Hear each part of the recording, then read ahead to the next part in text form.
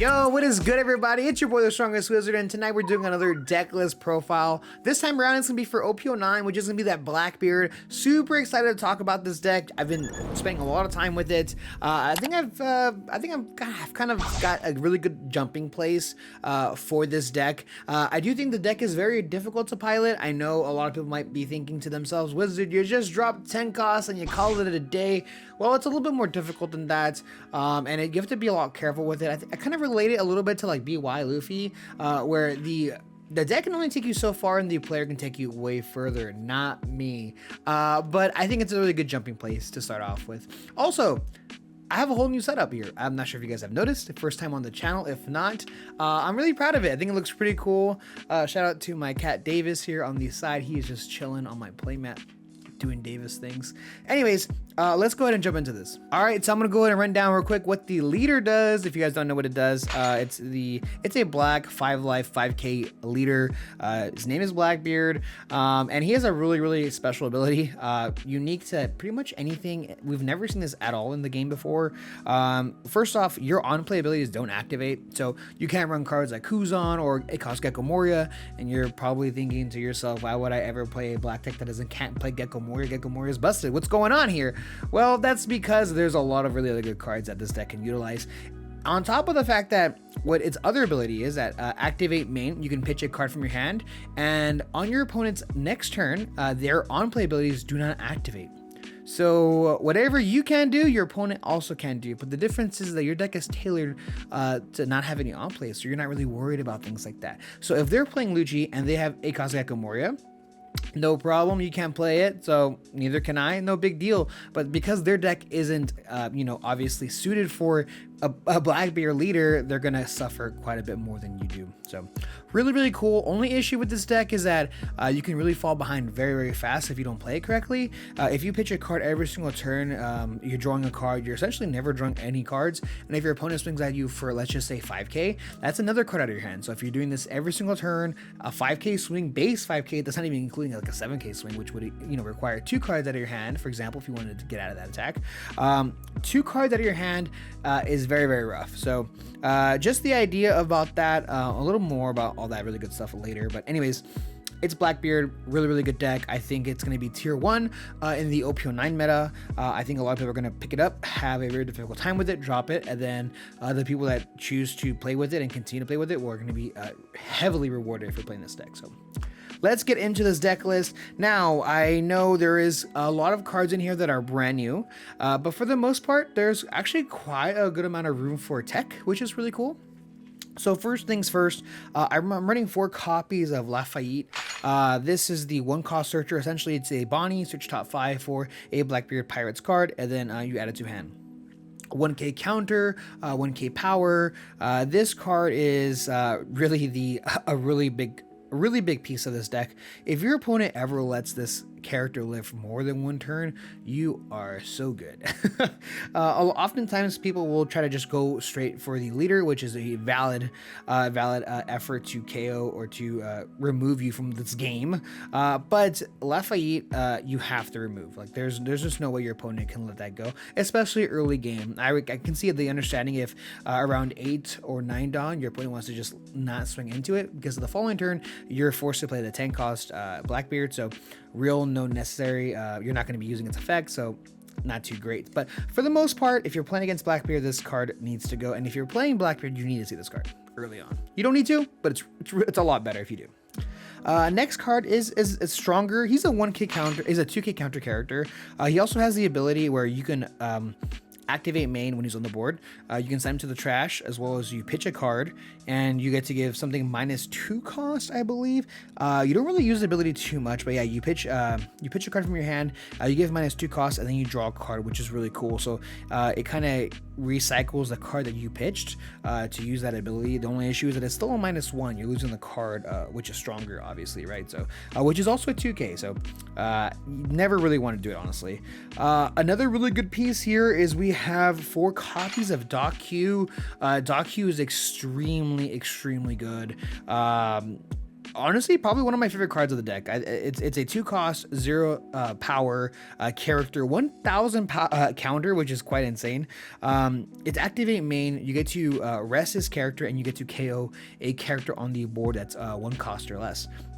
Now, he also has an on KO effect, which is on KO, you draw 1 card. So it literally replaces himself plus gets rid of a body. This card is extremely good. It essentially also feels like a blocker at most. Now, the only issue is that it's also 0 power. So if your opponent plays cards like the 1-cost Searcher Uta, or maybe possibly a Lafayette, they can also just swing into it. So that is honestly quite rough. But for the most part, it did its job, plus it replaces itself. So a really, really good card. You probably want to see 1 every game, honestly, and if you don't, then that's what it is. Not too bad. We have 4 copies of Shiryu. If I pronounce any of these names incorrectly, well, that's because I can't read. I'm a TCG player. I don't know what you want from me. But what's really nice about him is he's a 2K counter character, 4,000 power, 3-cost character, and with 1 dot attached to him, and when attacking, you get to trash 2 cards, and then you get to draw 2 cards. So you get some cycle, you fill up your trash, and this whole entire time, while you're playing this deck, you have to constantly think of your trash. Even though you're not playing cards like Gecko Moria, there are other cards on the deck that really help having a really big trash. Like, it helps a lot. So essentially, it's mainly a 2K counter. If you want to get a little aggressive, you can play him out, get some cycle. Quite nice, honestly. Pretty good. So next card here is we have a bit of a tech choices. We have 3 copies of Vivi. Now, at first glance, I saw this card being run in Asia, and I said to myself, I don't think this card is good at all. Why would I ever run this card? I'm just gonna run Vasco Shot. I think Vasco Shot's just way better. It's more consistent. And honestly, I was even thinking about running Fukuro, which is possibly another tech that you can run that I've been thinking about running. But the fact that it's a possible trigger is insane. So if you guys don't know what this card is, it's Vivi. It's from the starter deck 8, I believe. Yeah, starter deck 8, 3 cost, 1,000 power, 1K counter, which is quite relevant. It's a blocker, and then on the trigger, you get to play for free. There is actually quite a good amount of trigger cards in this deck, so it kind of feels like yellow sometimes. Honestly, you can get pretty lucky with some of your triggers, but Vivi is one of them. And what's really great about Blackbeard's effect is that when you use the ability to pitch a card to negate on plays, you wouldn't believe how many abilities require on play to KO something. I mean, cards like, for example, if you're thinking like Shanks, it's like Ben Beckman. If you're thinking about, I don't know, cards like Robin, the 1 cost, that's another card that removes. Rob Lucci, all those cards are on play. So for the most part, really, everything is on play. So if you just drop down a 3-cost blocker and you said, okay, try to kill me, you most likely can't. And it essentially will always live forever. That's the really great thing about Vasco Shot. It's a 2-cost 3,000 power or 2,000 power blocker. That's a Blackbeard Pirates card. It's very consistent. The only thing is that it's just, I don't know, you get a high roll sometimes. I mean, that's pretty much what it is. That's literally the only reason why you kind of play it. But honestly, it's coming kind of clutch sometimes, and I'm liking it. And it's also kind of fun to your opponent to be like, that's a Vivi, and I'm like, yeah, bro. Vivi. Anyways, next card we have 4 copies of Burgess. This card is the backbone of this deck. This is probably one of the most insane cards I think I've ever seen Black get printed. And Black has a lot of really good cards. Cards like Kuzan, Borsalino, Akos Gecko Moria. This card right here is wild. It's a 4-cost, 5,000 power character, 1K counter. Do I know why? No clue. This character cannot be killed by effects. On my opponent's effects. On top of the fact that if your leader is Blackbeard Pirates, this card gains plus 1,000 both turns for every 4 cards in your trash. So if you are playing cards and you're pitching cards off of some of your abilities, if you're using leader ability once per turn, 4 turns go by, and no matter what, you have 4 cards in trash. Not even talking about the rest of the cards that are in here that pitch your cards, but literally your trash gets filled up so fast, and for every 4 cards, this card gains plus 1K. You have no idea how many times where this card is actually the finisher for me in most games that I play with this deck. Being able to go up to 9K, a 4-cost 9K with unremovable by effects is insane. it's wild to me. Now, there is a little bit of counterplay to this deck with this card, so I'll talk about a little bit about that afterwards. But for the most part, this card is literally never being removed off the board, so really, really good. Next card here is we have a kind of a polarizing card. I want to say it's Laboon. Reason why this card is not new, it's 4 cost, 5,000 power, big whale, aka Baloo. Shout out to my man Luffy TV.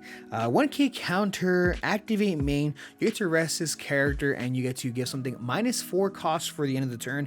This card is extremely efficient. It's like a Kuzan, but Kuzan has to, when attacking, this is activate main. So as soon as it hits the board, you can rest something, give something -4 cost. Doc Q gets a KO something when you rest it. So on turn 3, going second, you have 6 Dawn. You go 4 cost Laboon. You rest it. You play Doc Q. That's 6 Dawn, and you get to KO anything on the board that's 5 cost or less, which is really, really good. Fantastic. I know a lot of people have been asking me, Wizard, do I need to buy Laboons? They're very expensive. They're about $20, $25 right now. Do I need to buy them? If you're playing Teach, aka Blackbeard, you have to buy this card. I think there is no. I think probably the only thing you can probably run instead is maybe like, oh my gosh, it's gonna slip my mind what that character is. Tashigi, maybe. It's like a 3 cost character, give something -2 cost, I believe. To 2k counter, I guess. Very lackluster. I can go over a card that you could probably run instead of this, but you really need this card. Yeah. Next card is we have a brand new card. It's a 5 cost, a 6,000 power Von Augur. This card is really, really good. 1,000 power counter. Activate main, you rest this card and you give one of your opponent's characters -3 cost. So it's a less powerful Laboon. It has 1k counter or 1,000 power more, so it's a 6k. But being a -3 cost on a 5 cost character is a little lackluster, but the great thing about Von Augur is that if you don't use him for his ability, he's also just a really good attacker. He's a 5,000, 6,000 power character, and then on KO he has the same ability as Doku, where if you KO him, he actually gets to draw himself a card. So if you swing a big 8k into him, 2k above the 6, and I just let it go because I probably most likely will, I'm gonna go ahead and draw a card, which is quite nice. Gets me closer to a 10 cost Blackbeard or possibly something else, maybe a removal card to help me win the game. So really, really good card as well. Most of the times though, you might want to play Laboon just because he's a bit more cost efficient, right? Especially in certain matchups. So pretty good. Our last character in the deck, which is kind of crazy, is actually our 10 cost Blackbeard. Now this card is a massive threat. 10 cost, 12,000 power. I literally had to read the card, literally the attack power to be like, wait, how much is it? Wait, what are we talking about here? Yeah, he's 12,000 power. He's a blocker. And then activate main, you get to target a leader. You have their abilities negated for that turn, and then you get to target a character. That character is stunned, so it can't attack, and then it loses its ability for this turn and then the following turn. Really, really, really good. So you get to stun a very big threatening character. You set up a blocker that is 12,000 power. So that essentially gets rid of any sort of swing that your opponent might have, just because 12k is huge. And if you try to swing over it or swing just to kind of, let's say you swing 14k and I have to block and give you, a 2k and a 1k, that's still not that bad. You spend how much Dawn to do that? Like it's really, this card's really, really good. And if you ever feel like you have too many in your hand, there are plenty of ways to get rid of it, including the leader ability. So you need 4 of these of this card, and then just for the characters, to give a quick little thing here, you have to run 4. You have to run 4. You have to run 4. You have to run 4. Guaranteed 4. If you're running Laboons, I mean, maybe you could cut to 3, but for the most part, you probably want to run 4. Burgess, I will be upset if you run 3. I will find you and and I will play you. No, but totally kidding. You have to run for this guy, as well as the searcher. The only card in here that you don't have to run literally at all is the BV, and there are plenty of other options and tech choices that I will talk about after the next set of cards I show you guys. So that's something to keep a note. So now we have our event cards. We have quite a few of them as well. We have 2 copies here of Liberation. Liberation is a 4-cost event card, Blackbeard Pirates card, brand new card. And if your leader is Blackbeard Pirates, you get to negate a character's ability for the turn. That includes abilities like Blocker, or like A-cost Kid. It's rendered useless. And then if it's a 4-cost or less, you get to actually KO it. So you can do something kind of cool with like Van Augur or Laboon. You rest something, you KO something A-cost character, or possibly a 7-cost character with Van Augur. So it's pretty cool. It has a trigger where you get to negate an effect, which is quite nice. I guess technically you can, like, if they swing, if let's say they play Dragon and Dragon's on the board and they swing 5k with leader and you take it, I think you can actually negate rush, so they're unable to swing. That's a really good question. I'm pretty sure that works. Yeah, that's a really good question. I don't know, since you don't gain rush, it just has rush, right? So if you remove rush from it and it's played that turn, does it count? That's a really good question. Let me in the comment section below if you know the answer to that question. I don't think it gets to attack. Anyways, 2 copies. Sometimes it actually gets a little like too much in your hand. You're kind of thinking to yourself like, man, okay, we've seen enough Liberations. I am okay with 2 copies. Sometimes I have played with 4 copies as well as 3 copies, and 2 is just like the sweet spot personally for me. Next card here is we have 3 copies of the stage. This is the 1-cost searcher. I have talked a lot about this this stage on my Fight Night videos. If you open this or Lafayette, you're kind of in a really good spot. Late game, this card is kind of useless, only in the sense that you lose a card out of your hand because you have to play it and then use its ability, where you pitch a card and you search the top 3 for a Blackbeard Pirates card. So the card is fantastic. It's literally the Reiju stage, if you guys have played Reiju or know of that stage. The card is really, really good. It's just really not good late game. It's like at a certain point, you kind of feel like, okay, there's just no point in playing this card anymore. So that is the stage. Then we have 4 copies of my favorite event card in this deck. This is My Age. It's a 1-cost event searcher.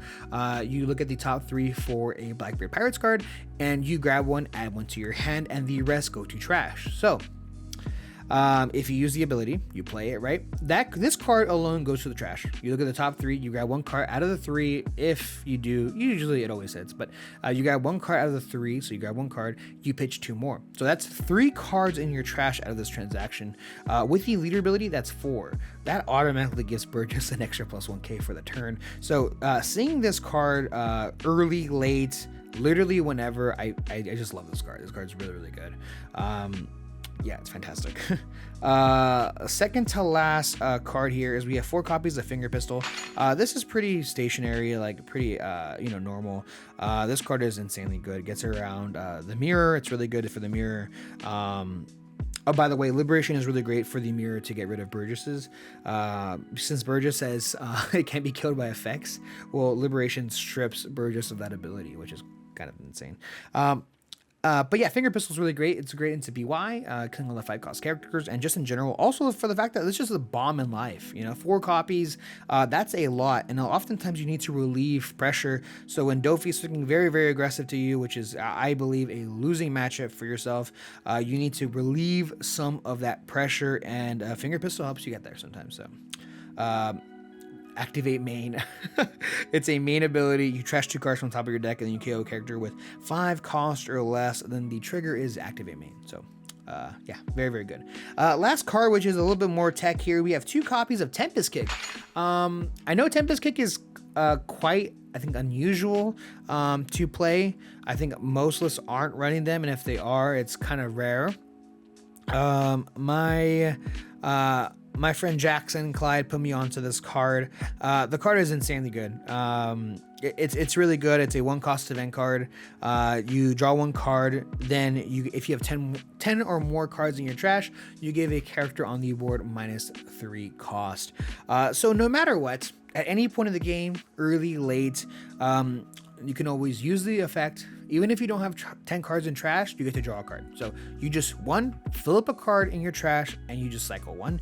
And then if it's mid game, you get to use a -3 cost plus Dock Q for 3 Dawn, 1 + 2. It gets rid of a 4 cost character on the board. That is really, really, really good. So when you pair a 1 cost character, 1 cost event card with a Laboon, Van Augur plus Dock Q, you can get some pretty magical numbers there. So I love the card. I probably wouldn't change it. I've thought about adding more. You can actually, I mean, if you really wanted to, if you only had like 3 Laboons, you could, I guess, possibly run 3 Tempest Kicks versus 4 Laboons if you really wanted to. I'm not too sure. Another really great card that you can run in this deck that I personally took out, I just didn't find too much success with it, is 7 cost Jack. 7 cost Jack is a really good card. It's a huge body that gets rid of a lot of low to the ground characters. Cards like obviously like against decks like Dofi. It's pretty good in Dofi. Getting rid of the 3 cost blockers. You know, just all the little smaller characters. Then if you pair it with Laboon, Von Augur, it's kind of a little overkill since you're doing -3 cost to kill something. But nonetheless, it's still a really big body that's really hard to remove anyways. And I just felt like most times whenever I played it down, I use the ability always to cycle no matter what. Like as soon as I play it, I'm cycling. Everyone just swings like 12k into it. Like they just go all in on that character, and it's fine. It did its job, right? It helped me cycle, but I just felt like it was just a bit too slow. It's kind of difficult to play that card. So anyways, guys, that is going to be it. Thank you guys so much for checking out this channel, this video. I really do appreciate it, and stay tuned because I have a ton of new OP09 content coming out soon. See ya.